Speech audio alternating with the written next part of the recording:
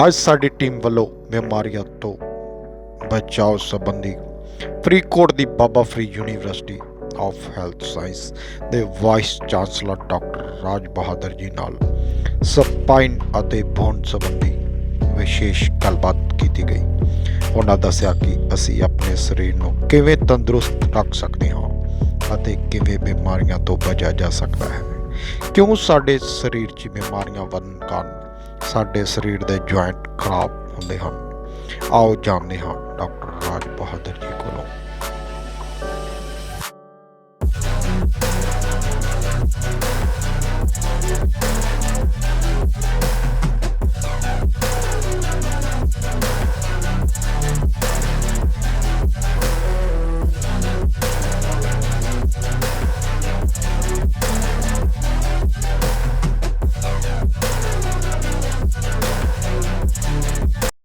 मेरे को ये जान के बड़ी खुशी है कि आपके चैनल द्वारा भिन्न भिन्न बीमारियों के बारे में जागरूकता का एक प्रोग्राम आपने शुरू किया है। और यदि आप मेरे से कुछ पूछना चाहते तो बीइंग ए ऑर्थोपेडिक सर्जन या स्पाइनल सर्जन या जॉइंट रिप्लेसमेंट सर्जन के तहत मैं आपको ये शेयर करना चाहता हूँ कि पिछली ओपीडी में जो कि मैंने रीजनल स्पाइन इंजरी सेंटर में मैंने की है, जिसमें स्पाइन के पेशेंट आते हैं, लगभग 60 पेशेंट जो मैंने पहले देखे उनमें से किसी भी पेशेंट को किसी भी सर्जरी की ज़रूरत नहीं थी। ऑन द कंट्ररी जो मैंने यहाँ ओपीडी की पिछली, उसमें जो पेशेंट भी मैंने देखा उसमें सर्जरी की ज़रूरत थी। तो मैं इस डेटा से आपको ये बताना चाहूँगा कि इस इलाके में, जिस इलाके में हम यहाँ मालवा के इलाके में हम बैठे हुए हैं, जो स्पाइन की एलिमेंट्स हैं वो काफ़ी हैं, स्पाइन की बीमारियाँ काफ़ी हैं, परंतु इसके साथ साथ इनका जो कारण है वो है कि यहाँ की जो बोन्स है उसमें डीजनरेशन बहुत ज़्यादा है। और बोन्स वो हैं, ब्रिटल भी हैं। जो बोन होती है अक्सर वो इलास्टिक होती है, लचकीली होती है, परंतु यहाँ पानी के कारण शायद ये जो बोन्स हैं वो इलास्टिक नहीं हैं और उसमें डीजनरेशन बहुत ज़्यादा है। जितने की पेशेंट्स हमने, जैसे सर्वाइकल स्पॉन्डिलोटिक माइलोपैथी, जिसमें गर्दन में जो नस है दब जाती है हड्डी के दबाव के कारण, या पीठ की हड्डी में वहाँ हड्डी बढ़ने के कारण नस दबती है, या लोअर स्पाइन में यदि ये डीजनरेशन होती है तो उससे जो नस दबती है, ये कारण यहाँ पे काफ़ी विशेष पाए जा रहे हैं। तो मेरे को लगता है कि इस मामले में we have to do some research, भी पानी में क्या कमी है, क्या ज़्यादा है उसमें। फ्लोरोसिस बड़े काफ़ी देर से पता है पंजाब में फ्लोरोसिस है, परंतु इसकी जो मात्रा, जिसका जो नुकसान हो रहा है मरीजों का जहाँ पे, वो काफ़ी ज़्यादा है, डीजनरेशन है। तो उसके लिए हमें most of the time in मरीजों का ऑपरेशन ही करना पड़ता है। उस नस को, उसका प्रेशर उसके ऊपर से निकाल के उस स्पाइन को स्टेबलाइज करते हैं। फिर है जो हमारे यहाँ पे पेशेंट्स जिनके जोड़ों में दर्द है, ख़ास करके ये हमारे यहाँ पे ही नहीं है परंतु ये हमारे देश की बात है, क्योंकि एक तो हमारी उम्र बढ़ रही है और ख़ास करके जो लाइफ हमारी सेडेंटरी होने के कारण वेट भी काफ़ी लोगों का बढ़ रहा है। इस वेट के कारण जो हमारे नी जॉइंट्स हैं, नी जॉइंट्स वो काफ़ी जल्दी ख़राब होने शुरू हो चुके हैं। और उसमें इनिशियली तो दवाई से उनको ठीक किया जा सकता है, एक्सरसाइज से उनको ठीक किया जा सकता है, रिडक्शन ऑफ वेट से उनको ठीक किया जा सकता है, परंतु जैसे जैसे ये बीमारी बढ़ती है तो ये जॉइंट काफ़ी ख़राब हो जाते हैं, तो इनको रिप्लेसमेंट की ज़रूरत पड़ती है।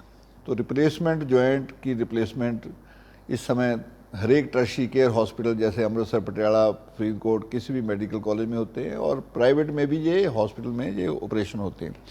सरकार की ओर से जो आयुष्मान भारत स्कीम है या पंजाब की जो स्कीम है, उसमें ये सरकार इन जॉइंट्स की मदद करती है, तो ये जॉइंट्स की अवेलेबिलिटी से मरीजों को काफ़ी राहत मिल सकती है।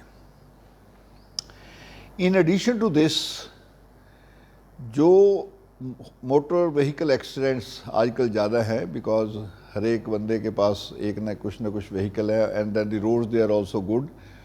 वो अच्छी सड़कों के कारण जो है स्पीड ज़्यादा होने के कारण एक्सीडेंट्स काफ़ी ज़्यादा है। इसमें अल्कोहल का भी काफ़ी योगदान है क्योंकि लोग नशा करके फिर यदि ड्राइव करेंगे तो एक्सीडेंट होने की संभावना है। चाहे रोड्स अच्छी हैं पर उसमें यदि लाइटिंग हो जाए और ज़्यादा बेटर लाइटिंग हो जाए तो शायद और इनको कम किया जा सकता, परंतु रोड ट्रैफिक रूल्स को फॉलो करना बड़ा ज़रूरी है। तो रोड साइड एक्सीडेंट्स भी उसकी जो जो क्वांटिटी है वो भी और उसकी जो मैग्नीट्यूड है डिजीज़ का, जो फ्रैक्चर होते हैं वो काफ़ी सीवियर होते हैं और कई बोन्स में इन्वॉल्व हो जाते हैं। तो ये जो फ्रैक्चर्स के लिए भी मेरे ख्याल से हमें अपने आप को और ज़्यादा अच्छी तरीके से मजबूती से करना चाहिए। सरकार ने जगह जगह पे ट्रॉमा सेंटर बनाए हैं। हमने भी रिक्वेस्ट की है, हमारे एमएलए साहब जो नए हैं उन्होंने रिक्वेस्ट की है कि फरीदकोट में भी एक ट्रॉमा सेंटर होना चाहिए। यदि ये ट्रॉमा सेंटर बन जाए तो एक्सक्लूसिवली हम ये ट्रॉमा के केसेस जैसे ही आते हैं तो उनके लिए फैसिलिटी क्रिएट करके ये ट्रॉमा सेंटर में हम उन पेशेंट्स का इलाज करेंगे। ट्रॉमा सेंटर के जिस समय चोट लगती है कोई भी तो हेड इंजरी भी काफ़ी कॉमन होती है। तो ये it is as a matter of fact is combination of the head injury as well as of the bone fractures. तो मैं ये कहूँगा अभी जो ख़ास जो बीमारियाँ आजकल कॉमन हैं उसके बारे में तो यही मैं कहना चाहूँगा। तो यदि लोग सारे इसके लिए जागरूक रहेंगे और जल्दी से आके अपना इलाज करवाएंगे तो वो अच्छे रहेंगे। सर, हमारे हॉस्पिटल में क्या क्या सुविधा दी जा रही है? यदि आप ऑर्थोपेडिक्स की बात करें तो ऑर्थोपेडिक्स में जो स्पाइन की जो सर्जरी है मैं रेगुलरली करता हूँ, हर रोज़ एक आधा स्पाइन सर्जरी होती है। इन एडिशन टू दिस जो जॉइंट रिप्लेसमेंट वो कॉमन है। जो नी की इंजरीज़ हैं वो आर्थोस्कोपी से, जिसको दूरबीन आप कहेंगे, दूरबीन के साथ ये फैसिलिटीज़ हमारे पास है, ये रेगुलरली होती है और कई सालों से हो रही है ये। सो आर्थोस्कोपी जिसमें कि स्पोर्ट्स के जो प्लेयर्स होते हैं उनको जो अक्सर ये इंजरी होती है क्योंकि नी जो होता है वो उसमें यदि टांग स्टेशनरी है ज़मीन के ऊपर और ऊपर से बॉडी घूम जाए तो भी, या बॉडी स्टेशनरी है और टांग घूम जाए तो ये जॉइंट की इंजरी होती है। तो उसमें मेनिस्कस की इंजरी या एंटीरियर क्रूशियल लिगामेंट इनकी इंजरी होने के कारण ये लिगामेंट्स टूट जाते हैं और इनकी रिपेयर की जा सकती है। वो एंडोस्कोपी से होती है और ना कि जो पहले जिस समय हम पढ़ते थे तो उस समय ये ओपन ऑपरेशन होते थे, पर ये अब बड़ी अच्छी तरीके से एंडोस्कोपी से हो सकते हैं। सर, सेहत की तंदुरुस्ती के लिए आप फरीदकोट निवासी, पंजाब निवासी को क्या मैसेज देना चाहिए? मेरे ख्याल से दो तीन बातें ज़रूरी हैं। एक तो मेरे ख्याल से सुबह एक्सरसाइज करनी चाहिए हर एक आदमी को। They should have a walk जिसमें लगभग 10,000 स्टेप्स रोज़ चलने चाहिए।